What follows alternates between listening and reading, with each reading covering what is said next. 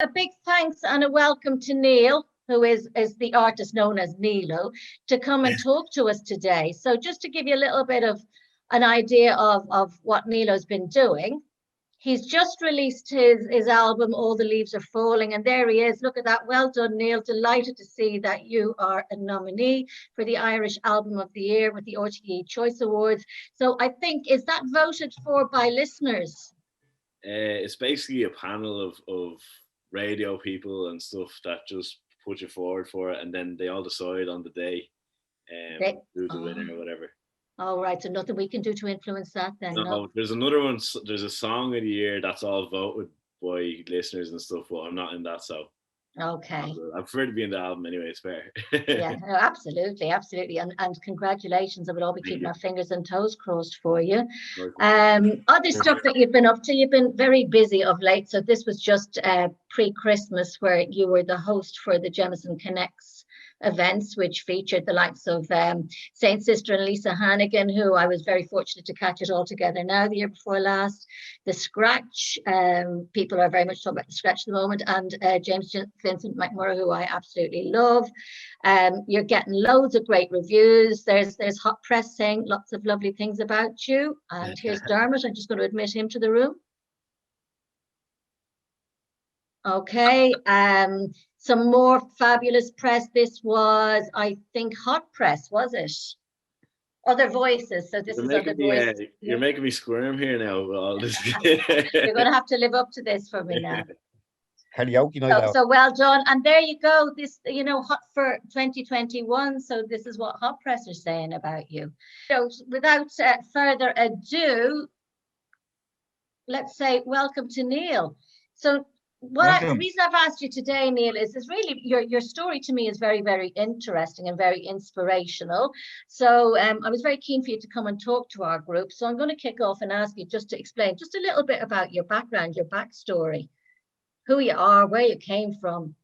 Yeah, so I grew up out in Clonsilla in Dublin 15, and went to school, didn't do great in my leaving cert, got about 200 points, and started, what did I do after that? I went to college, went to Blanche IT to do a business course, dropped out, played pool for 3 months straight and dropped out. And then I went off to Canada for a year. And I think that's what really kind of changed something for me. It was like just going off and living on my own over there and working the harder jobs, like moving companies and stuff like that. And then I came back, started a band. I was really into punk music at the time. Started a band, did a lot of touring around Europe and America and stuff like that. And then came back and I was kind of sitting around. I wasn't doing much, kind of like touring once a year or twice a year, but mostly just sitting around, just doing what lads do in their 20s when they have nothing else to do, And basically, I was like, what's the opposite of what I'm doing now? So I started to study law, got back to education allowance to do a law degree. Got my law degree, got a master's in law after that, and then I was an apprentice solicitor for a while after that, and then I sacked it all in, and now I walk dogs and make music. So my parents, they absolutely fucking love me. Yeah, I was going to say that must have been some conversation. Thanks, Mom. Thanks for paying for my master's and my degree. They didn't pay for nothing, but that was a good part of it. Yeah. So what prompted you to study law? I don't know. It was basically the opposite of what I was doing at the time, which was nothing. And law for me was always something that seemed like, it's this big difficult thing that nobody understands what it is. But when you start to actually study it, it's not that difficult. It's all relatively common sense stuff. The hard thing about law is just the physical amount you have to learn. Right. To pass the exams. That's the hard thing. But for me, it took a long time to learn how to study properly. But once I learned a few systems where you're able to kind of like not hack it in a way, but like learn different memory stuff like memory palaces and stuff like that to help me pass exams, everything was easier after that, Excellent. And tell me then, so you said that when you finished your leaving cert that you didn't do that well in it, that you came out of it with about 200 points. Mm-hmm. So how did you get yourself into law? As a mature student, then I went back. Oh, right. Yeah. When I was 27, I think. Is it? What's the limit on that? 23. 20, 24, I think. Yeah. I don't know. Keith, can you answer that one? Is it 24 as you go in as a mature student? I'm not too sure of the age card, and I think it's 23 or 4 though. Yeah, I think it's right in around there somewhere. Yeah, I'm I think not it's too around sure 23, 24. Yeah. Well, anybody who's on who has a burning desire to go to university, we can always look into that one for you. So where did you study? Where did you do your degree? I went down to Maynooth because it was handy and close. And yeah, it was actually, Maynooth was a great college. Like, it really was. Like, the kind of, the buzz out there is really nice. It's very chilled out. Not too many kind of snobby people, just really like nice people that just want to. For me, going back as an older person, I was like, here, I just want to get in, do the work, get out. I don't want to be part of all these societies and stuff. But after a while, you kind of just get dragged into them anyway. Yeah. Like, so, yeah, I really enjoyed it out there, and it was kind of, yeah, it was a nice experience, I have to say. And tell me more about your experience. Then you did you were an apprentice solicitor in a firm in Ballyfermot. So how was that? Yeah, it was good. It was good. I enjoyed it a lot, but then at the same time, it was like it kind of illustrated to me, right, this isn't the way I want my life to go. You know, I don't want to be the guy wearing the suit every day going into court. That's not really who I am. You know, I was always a musical person more so, and it was good to do it, but it was also, it was an indication of what I didn't want to do with my life, basically. You know, that kind of way. So was there a definite moment where you decided this isn't for me? Loads of those. I think I was probably ignoring a lot of signs for a while, and then eventually I just said, "Here, I'll see you soon," and then I never went back. You know, I'm still on good terms with them all. Like, they're nice people in there and everything, especially the girls that work there. They're really sound and stuff. But yeah, it definitely illustrated, all right, here, you need to change the course of your life here, or else it's going to manifest in ways that aren't necessarily positive for you, such as, you know, depression or partying too much, or, you know, stuff like that. I was going to ask, what you have to say, you went traveling for the year. Would that have an impact on what you want to do? Like, that sort of freedom and. Yeah, I think so. I think just getting away for that year from everything that was around me at the time, and it gives you like an insight into yourself and what you want to do. You know what I mean? And for me, I always liked traveling anyway. So obviously the last year, so it's been difficult in that way. But like, for me, it was like, I look at my life before I left and after, and I was a completely different person. I was like, beforehand, I was a bit of an arsehole, and like. And then after, it just calmed me down a lot. You know, I was much more comfortable with myself and stuff like that. Yeah. I think because I was forced to live on my own, and all my parents' gaff isn't down the road, you know, that kind of way. I can't just go back now. I have to do it myself, and that helps for sure. Wow. Okay, a couple of questions in the chat box. So Larissa's asking, what kind of law were you practicing? Well, it was personal injury and also criminal as well. So it was defending criminals and then personal injury stuff. A question from Gronya. So the learning to learn, is there a particular skill that stands out as being the most helpful to you in managing your studies? Yeah, there was one thing that I stumbled upon that cracked everything else for me, and that was called memory palaces. And it was basically this idea where you think of a house in your head. Say you think of your parents' house, and you go in, you close your eyes, you take whatever you have to learn, you go in and you place things within the house, like say a case, say Karen versus Bear or something like that. Yeah. You put the person physically in your head into the front room, then you'd go into the next room and put something else in, and so on and so on. And it's mad, when you go back to that house within your head, everything is still there. And I couldn't believe the power of that. And after I was able to master that system, which didn't even take that long, every other exam was a piece of piss after that. It was mad. So some of those memory systems are actually really good, because before that I was just writing out and reading, and that didn't do it for me. I wasn't getting it done that way, you know. Mm-hmm. Might get you to share some more with us on that at a later date. Definitely. A load of guys in the room here who are studying at the moment, and for some of them it's the first time. Yeah, yeah. So in Yeah. that environment. So basically how easy was it for you to identify your goal? You identified that you wanted to do something completely different. Talk us through that. I think that's just a constant thing that like you never really like people.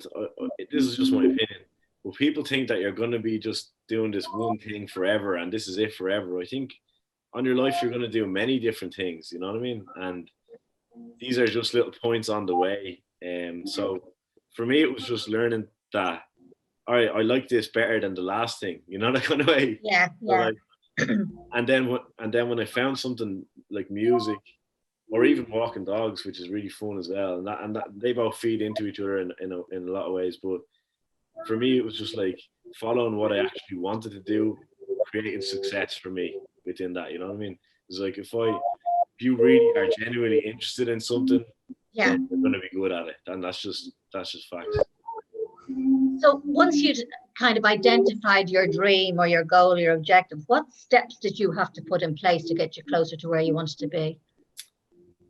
I suppose just put the work in. Like I suppose there's no kind of how would you say? There's no formula for it really. You just have to put the work in. Like I started with music. I suppose I just started making songs from scratch, and they were shy from the get go, you know. Mm-hmm. But after doing that 50 times, they weren't anymore. They started to get good after that, you know. Yeah, So, yeah, you're not going to be good from the first thing that you do, and I think people expect that, and that's why they quit so easy.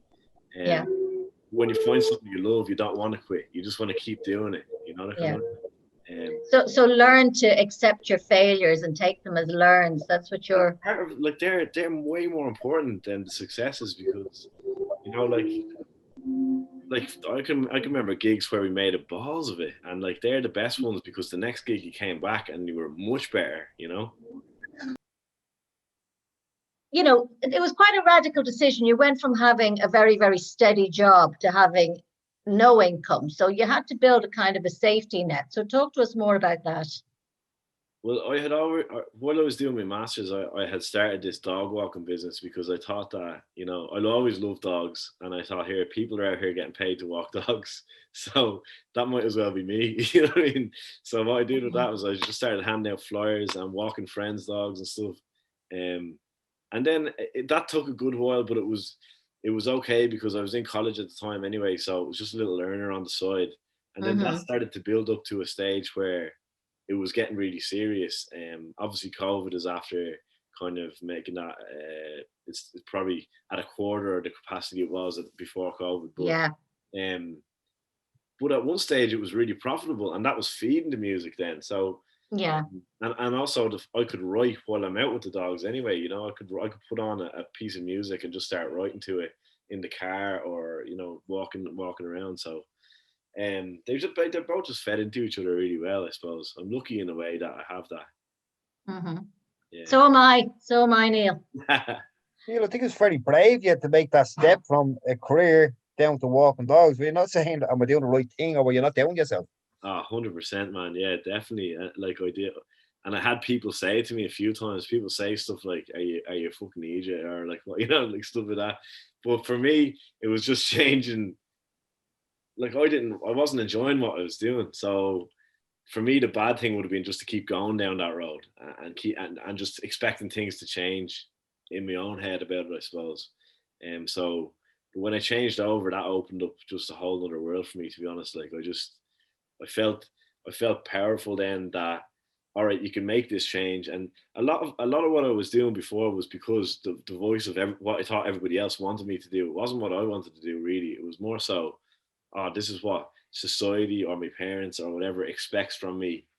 But when I started to just actually act for myself, that's when I started to have the successes, especially in music. Question from Gronya. Okay, so listening to your lyrics, you refer a lot to issues about discrimination, housing, poverty. Does this come from first-hand experience? Yeah, I suppose like growing up in Clonsilla, just yeah, you just see a lot of the stuff that we say the upper classes don't tend to sing about or talk about. And like one of my favorite artists would be Damien Dempsey, and he sings a lot Oh, of yeah. stuff like that, Yeah. And I don't really set out to kind of do that, but it just comes out when I write. You know, like I look at the government and you know, it annoys me a lot. And we're trying not to get too political, but just stuff like the housing crisis and how people are stuck either in their parents' gaff or paying astronomical rents or, you know, on housing lists for years and stuff like that, you know, and that can't help but get you down sometimes, you know. Ronnie also says it takes great courage to follow your dreams. What helps to keep you going? To be a bit loopy, maybe, or I think just, I don't know. I suppose little things like the stuff you were posting at the start, like little things like, you know, getting nominated for something like that, for other people to say, oh, you're doing something good, or you look at the numbers on Spotify or on whatever, and you say, oh Jesus, like, you know, a couple of 100,000 people are after listening to this album, and that in itself, that's amazing. So that definitely keeps me going. But I think it's the love for it more so that keeps me going, because I'd be doing it without those numbers anyway. I'd just be making those tunes in my room regardless anyway, you know. Yeah. Yeah. Welcome to Lisa, who's just joined us. Hi, Lisa. Hello. Hey, Lisa. Hi, sorry for the delay. Not at Hi. all. Not at all. So, you know, I suppose for me, things are really starting to take off in your career. You know, we talked about the nominations, the new album, everything that's been happening for you. But, you know, tell us about the challenges that you've encountered on the way and how you overcame them. Yeah, there's loads. Like, I suppose with music, it's a mad one, because it's a real selfish endeavor, because you have to be focused on that. Like, you always have to be writing, so it can affect your relationships, and it can affect friendships, it can affect career. Like, we were talking about the dog business there. Like, at one stage, I was making really good money through that, but because of the music, I started to really focus on the music instead of that, and then I've seen the other business suffer as a result. So I think if you're going to focus on one thing, you have to be prepared for other things to fall away along the way. And I think what happens with people when they stop believing in this one thing that they really want is that other things get in the way, such as babies, relationships, money, you know. I'm not saying you have to throw all them away, because I have all those as well, but like, you have to kind of just keep fucking laser focused on that. Sorry for cursing. Yeah. Okay. You're a busy person between being an artist, you know, you're an entrepreneur with your own business, you're a husband, you're a father. How do you manage the whole balance? How do you manage to relax?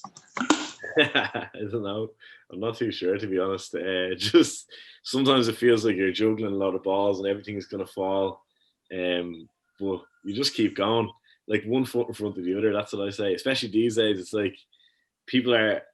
The thing that is getting people down these days is the expectations. You know, like everybody's expecting you to, achieve this by this date or achieve this by that date. But that's all gone out the window at the moment. Like, you know, the best thing you can do is just put one foot in front of the other and try to keep your own mental health like in a good space, and also just try to progress a little bit every day at following the thing that you want to do, even if it's one form or one letter written a day or one whatever, you know. Just keep trying to do one little tiny thing a day, and eventually you're going to get there, you know. So what you're saying is small goals, small steps. That's it. Like, and that's the most important thing that I've picked up along this journey, is that it's not about, like, obviously in my head I'm like, oh yeah, I'd love to sell out the 3 Arena, I'd love to sell out the Olympia even. But one of my mates said something to me really important back when I started off. He was like, here, pick a small venue, 80 people, sell that out. Then the big dogs will come knocking to you. Then they'll give you a bigger venue and a bigger venue. And that has kept happening, you know, and so like small goals are the key, you know, because they're the ones that are going to give you that little validation within yourself to achieve more. You know, you achieve a small goal, the next one doesn't seem as big after that, you know. Mm-hmm. So let's talk about the C word, COVID. It's obviously had an impact on you. Like, I mean, you were planning to launch your album, you were booked to play the festival circuit, you had a series of gigs that were cancelled on you. you know. So talk me through, how did you manage to successfully release your album and, you know, pick up lots and lots of media attention when everybody else, and even at an international level, were hiding under their beds or decided to stall their careers in the middle of the pandemic, but you managed to launch yours? Talk us through that.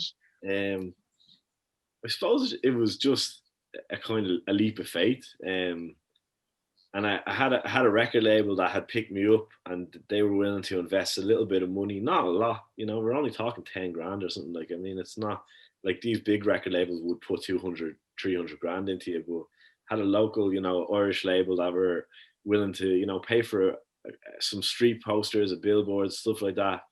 And then just we just did it, you know. I had the album written in December of 2019, so to hold on to it for another year, for me, that wouldn't have been an option, because I have much more stuff in the meantime that I want to release, you know what I mean? So I was just here, just get that out into the world and we'll move on. But yeah, but COVID, it has been it's been tough. Like, I have it right now, which is mad. Yes. Yeah. So it's grounded me in that way even as well. And it doesn't seem like a real thing until you actually have it. But for me now, it's only just a head cold, so it's grand. And my wife has it a bit worse. She has like lost her sense of smell and stuff, but she, like, still, it's not too bad for her. We're very lucky in that way, because other people have got obviously really bad versions of it. I wish her a speedy recovery from us. We're all thinking of her. You talked about failures. You have to fail to succeed, you know, and that you learn from your mistakes, I suppose. So, you know, talk to us about, you know, give us an example of failure, you know, any disappointments, any bad gigs, bad reviews, you know. How did you overcome that? How did you feel? I suppose I remember one instance in particular, and it doesn't seem like a big, huge thing. I haven't had any gigs go terribly. I've had a few go just like all right. I've been lucky in the gig regards. Like, I've never been booed off stage or anything like that, or any tomatoes thrown at me. But I remember I used to show songs to friends at the start, looking for validation, because I wasn't very good at the start, you know, and I'd be sending things to people and expecting a result, and not getting a you know, a good comment off them or something like that. And I remember one of my friends just said, "Here, that's real cheesy," about one of my songs when I started off, and that was really hurtful at the time. Like, that definitely knocked me back loads, but it was kind of helpful as well, because it was like, all right, maybe that was cheesy. Maybe I needed to take that advice on board. A lot of times it's the ego that is looking for the validation from people, and that's something that we have to struggle with forever. Like, a lot of people say, you know, get rid of your ego, but it's impossible. You can't do that. It's going to be with you forever. It's about managing the ego and not letting it grow too big, but also using it for fuel when you need to as well. But yeah, I've had a few ropey gigs as well, but nothing too bad. Keith O'Connor's asking, any artists that have influenced your music? Yeah, loads. Yeah, like I suppose I'll just keep it Irish, but Damien Dempsey for sure, even though I don't really sound like him. Then there's a rapper called Lethal Dialect, Paul Allroy, who's from out in, he's from Cabra, but he kind of paved the way for what a lot of us are doing now, you know. Yeah, so people like that. Yeah. You'll have to send me. Oh, there's baby Avery in the screen. Hello. You'll have to send us some links so I can share them with the group so we can listen to these people. Just loads of them. Talk to us about your highlights. What would you say is your best moment to date? I think playing Longitude, that was a really big one, because I thought they were just going to put me on one of the tiny stages, and then I walked out and there's like 10,000 people, and I was like, oh Jesus, I'm not ready for this yet. So that was really amazing to do that, and to also pull it off, because it was only my 5th gig ever, so it was like, it was very early days, you know. So to know that I could perform to a crowd of that size, and it's actually gas. It's easier than playing a small gig, because you just say put your hands up and everybody just does it because they want to have a good time anyway, you know. So that was a lesson in itself. That, and I suppose being nominated for the Choice Prize was a big one, because that's like that was something that we had on the bucket list, and when it happened, I was very happy with it. Well, congratulations again.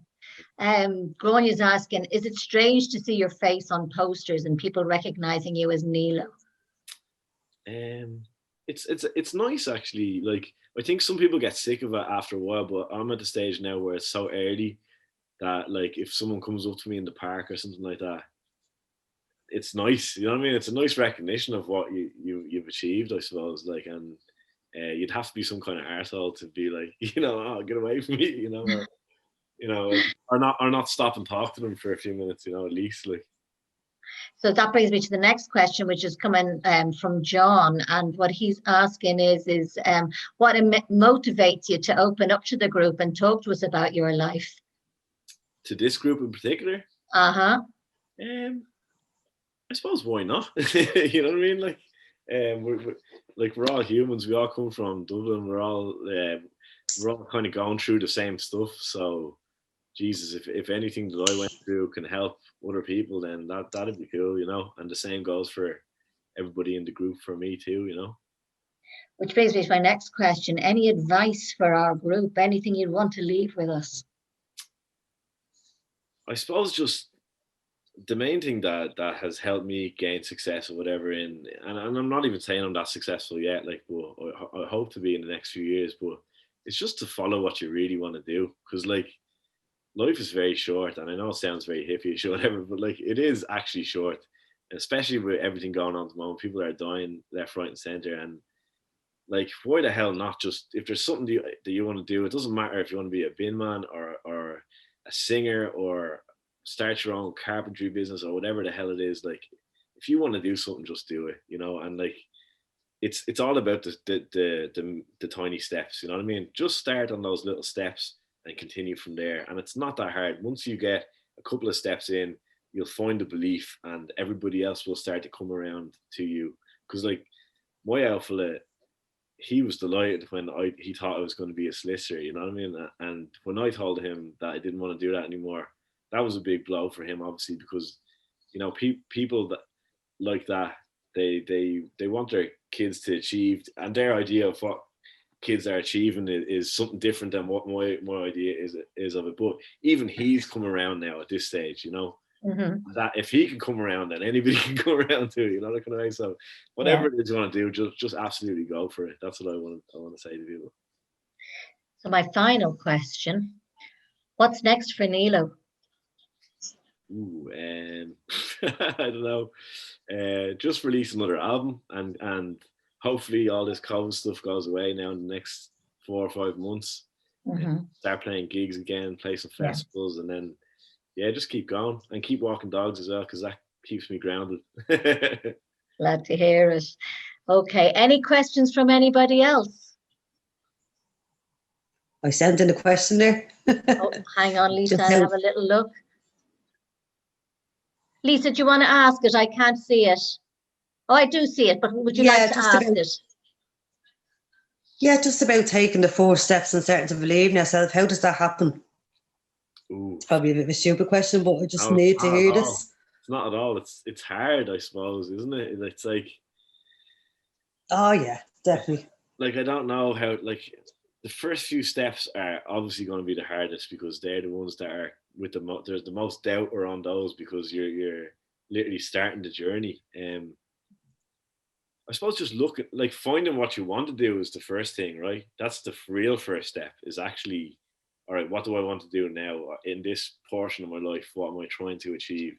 And then first few steps, even then after that, is like, okay, what's the first step in finding out, or in how to achieve this? You know what I mean? What's the actual physical thing I have to do? And then just breaking that down to the smallest little things, like even in terms of opening up the computer, like the physical actions like that you have to do to get that, starting typing, and then by the time you started typing, you have half the thing done, and then you're on the way to the journey. I don't know. I might not be answering that question right. It's a very tough question to answer. No, you are actually answering it right. It's just personal experience. I need to believe myself and just seeing what you're up to doing and achieving. So I'm just amazed with that. Like you went from one extreme to the next, Yeah, it's just brilliant. Appreciate brilliant. that. You just took that leap of faith, and I just need to do that, and I'd love to just follow in them footsteps. Yeah, do just go for it. Yeah, why not? There's nothing stopping you. You know what I mean? Exactly. But I think Neil, you said something very interesting there a while ago, that you learned a lot from the things that went wrong or maybe mistakes and so on. And it reminds me of something John Farrell said about his coppercraft and all the amount of stuff that had to go into the bin and so on. It's very similar, but I think that's, you know, just taking on from what Lisa said there, I think it's a really important point that, you know, by the time you take the various steps, even the things that have gone wrong for you actually are potentially strengths when you build on them and reflect on them. They really are, yeah. And in music, it's especially so because people see the album that you released. They don't see the 150 songs that are left on the laptop that nobody's ever going to see, you know, that kind of way. And that's like you're saying, that's the copper that goes in the bin, you know, like that. So yeah, and all those songs are little. They're not failures because they still exist in themselves. There might be little mistakes in them or little. They're just learning steps on the way, you know. I have a question from Joe. Who's in your support circle and what do they do for you? Ooh, good question. I suppose now at the start, nobody except for my other half. She was very supportive when I started off. Now I have a manager who looks after business side of things for me, and then a record label who's look after, I suppose, financial stuff. Even though there's no money in music at this level whatsoever, but like they look after paying for it, so it doesn't cost me money to, you know, market and promote and stuff like that, you know. Yeah, so that would be my support circle, and then friends. Like friends are always such a good support circle, like because, you know, when you have good people to lean on, even to go chat to about something, that like that's huge for me, and that grows over time as well, you know. There was a question there from Shane that we overlooked. Shane was curious to see if Neil had any addiction, or if he ever dealt with any sort of addictions. Yeah, I did. Yeah, definitely. Yeah, I've had. I wouldn't say any really heavy addictions, but I've had definitely substance issues in my life, whether it be weed, alcohol, Xanax, stuff like that. Never anything heavy, although I did party a lot in my 20s. I would have gone on the session a lot, and that had definitely a really bad effect on my mental health in the long run.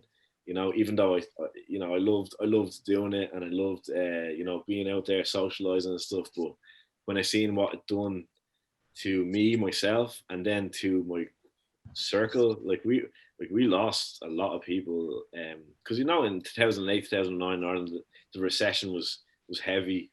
There was a lot of partying going on, and there was a lot of suicides that resulted from that, you know. And that's funny because that has actually inspired a lot of my art and my work, you know, has been losing close friends to suicide, and always drug related, you know. So drugs is just it's something that, yeah, I have definitely struggled with in the past for sure. Somebody else was going to ask a question. I have a question. I'm just wondering. I've often had people, if I was going for like a job interview or anything like that, or college or something, I've often had like people shoot me down before I even went down it. Like, do you know what I mean? Like, kind of telling me that it wouldn't suit me or whatever. I was just wondering, like, if you've ever went through art like that, where someone tells you like, "Oh no, it's not gonna be for you," or "You're gonna fail," or something like that. Yeah, definitely. And that's a really good point that you're bringing up, because a lot of the time the people that will do that to you are some of the closest people in your circle a lot of the time. And it's funny that they do that, but subconsciously some people actually don't want to see you do well. And that's they don't even mean that. They just have a weird subconscious thing in themselves that they don't feel like they're enough, you know, kind of way. And I think that you just have to ignore them and go for it. And eventually they come around, you know what I mean? But who are they? The only person that can tell you that you can't do something is you. You know what I mean? They can't actually tell you that, you know. They're just spoofing. Yeah. Thanks for that. No worries. Anybody else got anything they'd like to ask? I actually seen your poster today in Smithfield, which I don't know, it's a bit bizarre with the ghosts in the forest and you in the middle of. What inspired that? I suppose that was the artwork for the album, and it was kind of the idea behind that was that the album's very personal story about, you know, life and loss, and you know, losing people through whatever, suicide or emigration, and stuff like that. And I suppose the idea for that was just me standing in the middle of a forest, which is what I'd be doing every day anyway, dogs. But all around it is kind of the ghosts of, like, you know, say loss, or you know, your friends leaving to go to another country, or a relationship breaking up. So that was what those all represented, really. I have a question from Larissa. She wants to know, what's your favorite song, any song that you've created? Ooh, apart from ones that haven't been released yet, because there's loads of those, but one called "You Can't Go Home Again," that's with Yuli. That's up on Spotify if anybody wants to check it out. Yeah. How, you know, how do you go about creating a plan? I think you would be interested if you could tell us about that process, if it's even a process for you. Maybe as an artist, it just happens sporadically. So. I suppose you look at your goals first. Like, I suppose you have micro goals and macro goals, and the big ones are whatever you want to get to, selling out a big venue. Micro ones would be making the music, we'll say, getting that made, and then work down from there, and all the steps you have to do to get there. And now I'm saying that I'm absolutely spoofing because I don't even do it myself, but like that would be how I would do it if I was going to do it. Do you know what I mean? Have to be honest with you. I'm not going to lie. And one final question, if that's okay. Just a very easy question, Neil. You just said before that the most important thing is for people to be happy. So how can we reach happiness? Real easy question. $1 question. $1 million question there. I think, well, following what you want to do is one of the main things. That's a huge thing.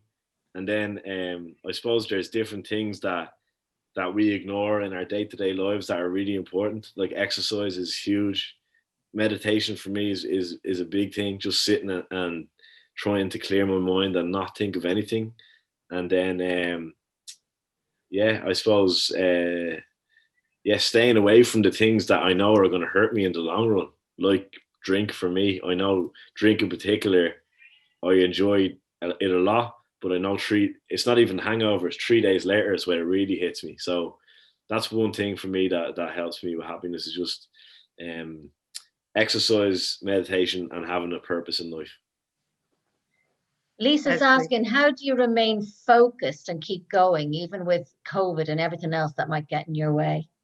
I mean, I don't. That's the thing. Like, you don't. You just you do your best, and that's all you can do. You know, there's days where I don't want to do anything except for sit on the couch, you know, and I think having a baby definitely helps with that, because you've no choice. You know, it's like, I can't leave him with a smelly nappy, or, you know, he's crying right now. So that does focus you in the moment on just getting him through. And then your other time becomes more precious around that. So when he's sorted, then I can move on to doing stuff that I need to do or whatever. But yeah, you're going to have your bad days and your good days with that. Gronya's asking, is there anything from your training as a solicitor that you've brought into your musical career? Yeah, like the whole thing, because that was so difficult, and it was something that I didn't really want to do. I was just doing it to, you know, because I thought it was what I should do at the time. So then when I was able to actually get all those exams, like those FE1 exams are some of the hardest exams going. Like they're ridiculous. Like I failed them 3 times, and then I got them on the last time. And knowing that I was able to do that made everything else easy. You know, once you find a way in one thing, you can see it in a lot of other things. You know, it's just all it is work. So when you could translate something that you don't want to do and actually achieve that, translate that into something that you actually do want to do and you're passionate about, it becomes much easier, you know. So I was able to skip. There's a lot of artists, and there's a lot of rappers in Ireland, especially now, that haven't been able to make the moves that I've been able to make in the last 2 or 3 years or whatever. And a lot of that is down to the law thing of just even knowing like that I could do it. You know, belief is a huge thing, I suppose.